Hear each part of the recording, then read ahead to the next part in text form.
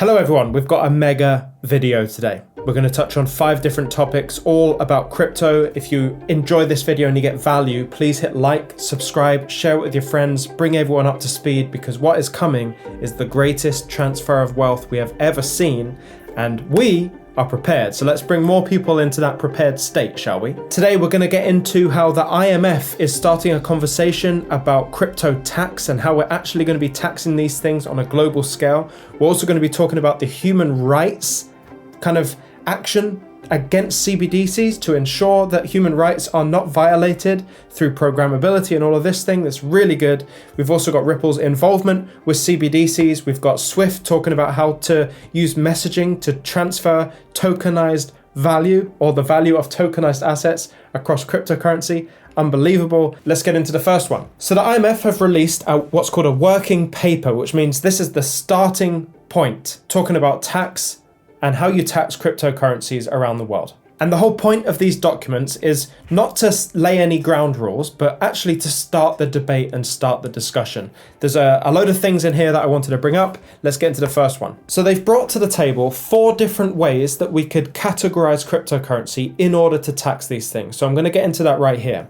The first one is the neutrality principle. And essentially this way of taxing is using the same principles for taxation in the traditional system as with cryptocurrencies, so not really differentiating them in any way and not doing anything special. That's one way that they suggest you can do it.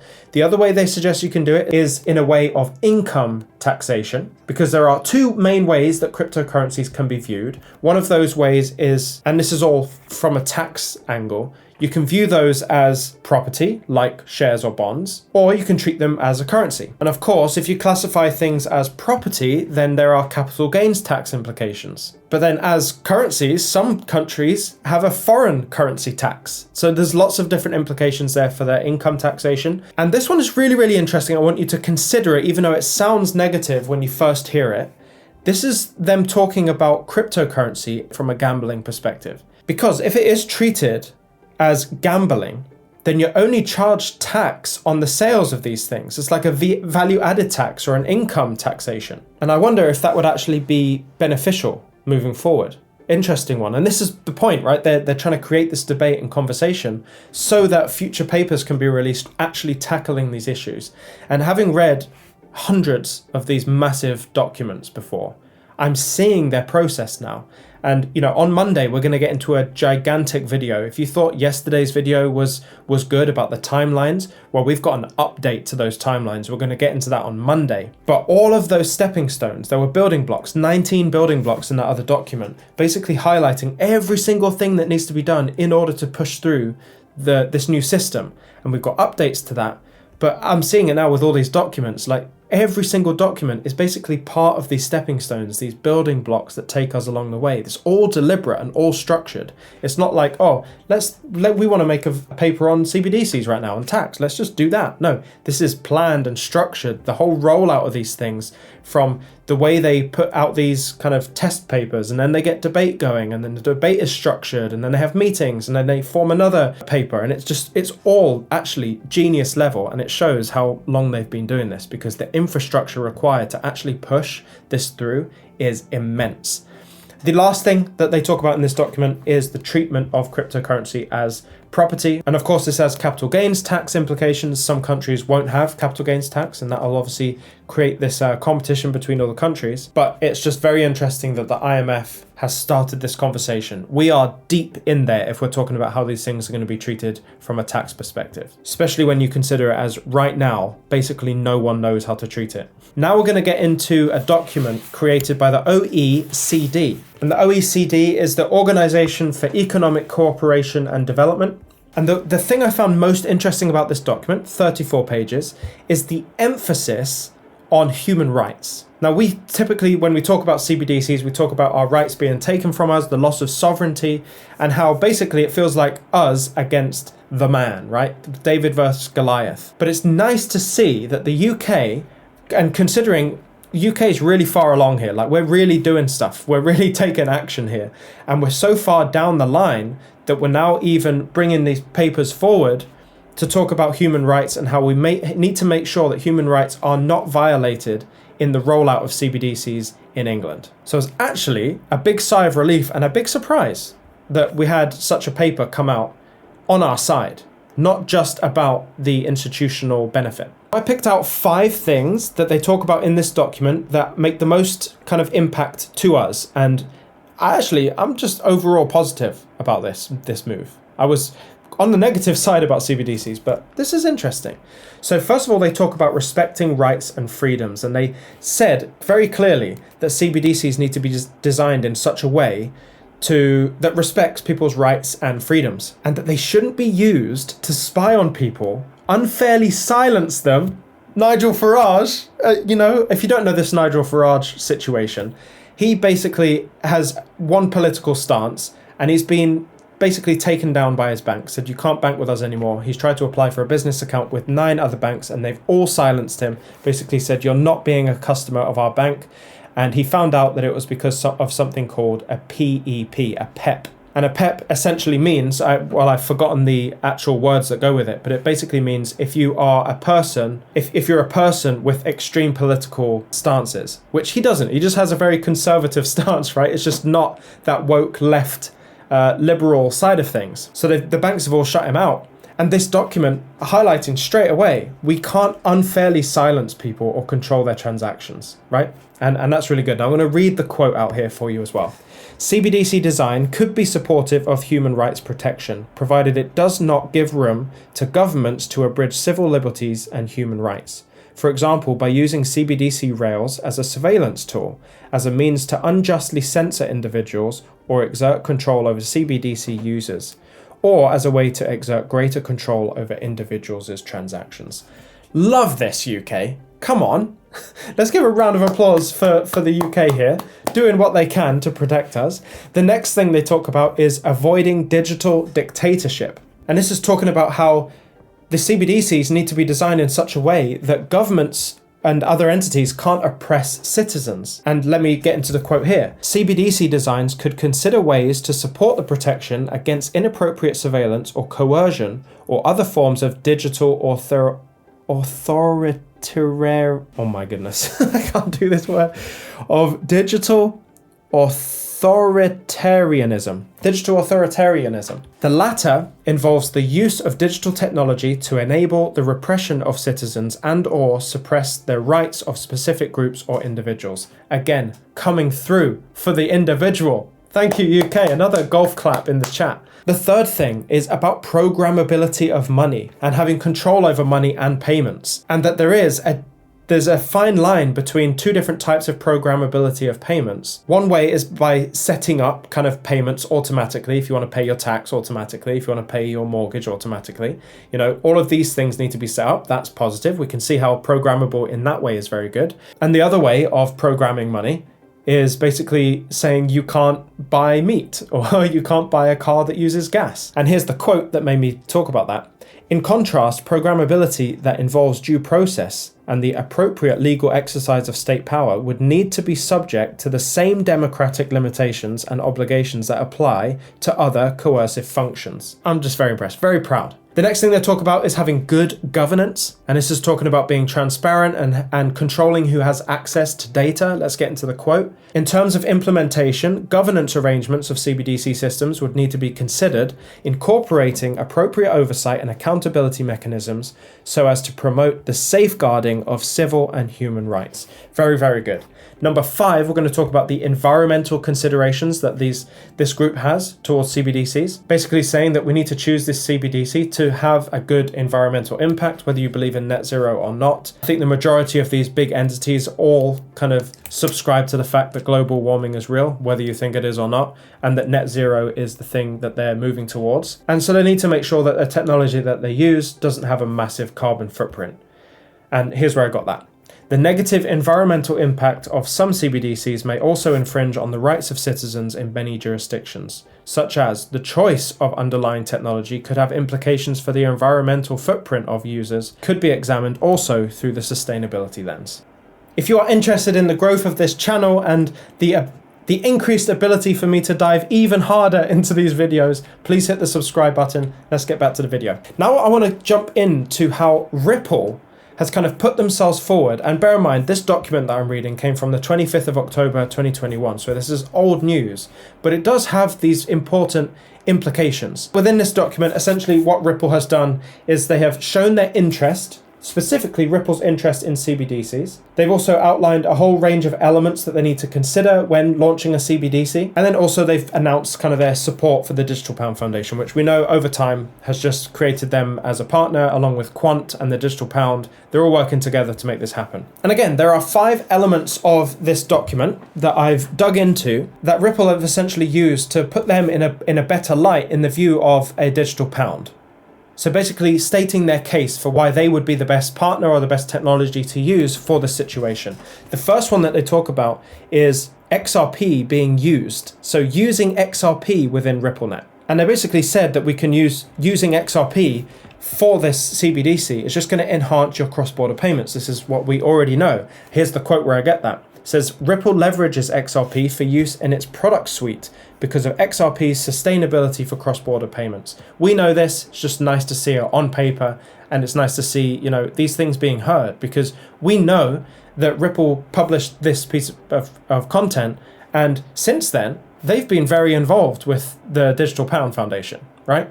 Why is that? Well, it's probably because the Digital Pound Foundation agree with what they have said here, the case that they've made. They also start talking about the on-demand liquidity capability by saying, in addition, Ripple offers these entities an on-demand liquidity capability which leverages XRP, the digital asset native to the XRP ledger, a distributed ledger platform as a bridge between fiat currencies, further reducing the friction and costs for commercial financial institutions to transact across multiple global markets. Basically saying that XRP makes this whole thing so much better, right? You don't have to have these nostro accounts or hold vast amounts of foreign currencies in the bank itself. You can just utilize XRP using on-demand liquidity. Now here's the controversial one. Are you ready? The CBDC private ledger. And here's the quote. Ripple also recently announced a pilot of a private version of the XRP ledger. The CBDC private ledger can be used for both payments and issuing currencies, and by leveraging the XRP ledger and associated RippleNet technologies, commercial, financial institutions and central banks are able to make cost-effective, reliable, and close to instantaneous payments. And so the big thing that everyone's going to say now is, a private ledger? Is it different to the public ledger? It's like, how does this operate? Could they use a different asset on a different version on this private ledger, and all of CBDCs goes by the wayside in terms of the price appreciation for XRP? Well, let's get into it, because I've dug into the CBDC private ledger, and this is all old news, right? We know all of this already. Like, we've gone over this so many different times, but if you're new here, this is going to be an important distinction. Because also, if you've had that question while I was reading out that private ledger part, you're on the right track, because you're a deep thinker. You're a peel out the layers type of person, and I'm glad that you're here. So XRP would in fact be used for the CBDC private ledger. Let me pull this quote out here. This also means that the CBDC private ledger is designed for issuing currencies, with over 5,400 currencies issued on the XRPL over the past 8 years, including its native digital asset XRP, which can be leveraged as a neutral bridge asset for frictionless value of movement between CBDCs and other currencies. Essentially saying that even though it's just a private ledger, you can still utilize XRP for these payments for the value transfer of CBDCs. There's nothing to worry about here. And there's another thing I want to point out here. It's about transactions on the CBDC private ledger. And it is this. Transactions on the CBDC private ledger are verified by the same consensus protocol used by the XRP ledger, which is far less energy intensive and therefore less expensive, and 61,000 times more efficient than the public blockchains that leverage proof of work. Basically, transactions on the private ledger and the public ledger are the exact same, right? And they're way better than proof of work systems. So XRP is going to continue to play a massive role, regardless of whether it's a CBDC private ledger or a public ledger. Another case they make for XRP is this. They say, we believe that private sector solutions, such as the use of a neutral bridge asset like XRP, supported by software solutions like the CBDC private ledger, could have an important role to play in supporting healthy liquidity markets. And finally, this is really, really important. Another one of those little nuggets that you get from these videos. They advocate for technology neutrality. Now, let me read the quote and it will make more sense. Ripple believes that any legislative changes should be technology agnostic, insofar as the government should not explicitly or otherwise endorse any particular technology. Payment services using digital assets as a solution should not be treated differently from payment services embedding legacy architectures. And basically Ripple saying that XRP in this situation needs to be treated exactly the same as any other services using older technologies and shouldn't be treated differently. So if you didn't believe that XRP is going to be used for CBDCs, get out the door. Come on now. That's ridiculous. Next up, we have an article from Swift. Remember, Swift is a messaging service, just putting this very simply, to inform Bank B that a certain amount of money is going to be sent. Swift operates within that messaging layer, and you can increase the amount of data that is in that message to better inform. And there's so much more to it than sending and receiving, but just giving you context for what Swift does. Now, Swift is exploring blockchain interoperability to remove friction from tokenized asset settlement. Come on. The whole world is going to be tokenized. Why? How do I know that? I could know that from this article. Being who Swift are, global messaging for payments, if they're talking about how they move value in the form of tokenized assets using these messages and settling the value, you better believe it's coming, right? I've kind of pulled the three most important things here from this article. And essentially what's happening is Swift is teaming up with some massive institutions, and they're already running tests to see how they can transfer tokenized assets over various different blockchains. Let me read the quote. In a new set of experiments, we will collaborate with more than a dozen major financial institutions and FMIs, including Australia and New Zealand Banking Group Limited, ANZ, BNP Paribas, BNY Mellon, Citi, Clearstream, Euroclear, Lloyds Banking Group, Six Digital, the Depository Trust and Clearing Corporation, the DTCC, to test how firms can leverage their existing Swift infrastructure to efficiently instruct the transfer of tokenized value over a range of public and private blockchain networks. Again, we are so far down the line here. We're in the thick of it all. It's all happening. These things are actually happening. The transfer of wealth will happen. And they're stating it in these all different abstract different ways. But when it all comes together, it's a jigsaw. And we can see the whole picture already. We don't need the jigsaw pieces. This is what's great about this community. We've seen the piece and that fits there. We're smarty pantsers. Come on. Again, another reason for golf claps in the chat here. Give yourself a pat on the back too. Oh, there should be an emoji for that. Next, they talk about Chainlink's involvement. I made a video a little while ago. You can click the eye in the top right of the screen to look at Chainlink's involvement in all of this. But they basically said, Chainlink, a leading Web3 service platform, will provide connectivity across public and private blockchains for these experiments. So I think Chainlink fit perfectly into that mold. Exactly what they need to do is the position they're in. And again, you can watch that video to find out more.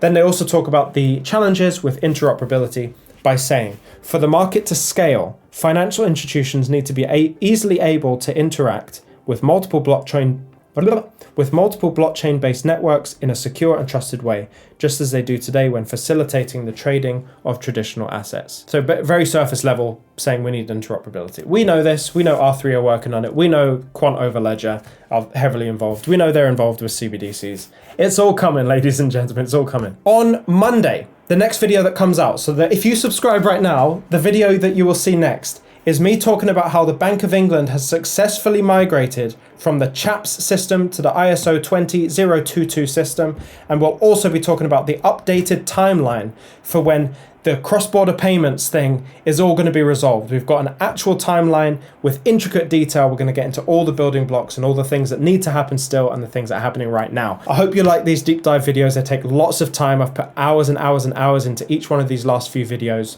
If you enjoy it and you want to see more at long length conversations with experts about these topics, then you can click that video right there. You can also click the video above, and that's the one the algorithm thinks will be best suited for you based on your needs and interests. Then you can also click my face to subscribe and stay tuned for these future videos coming out.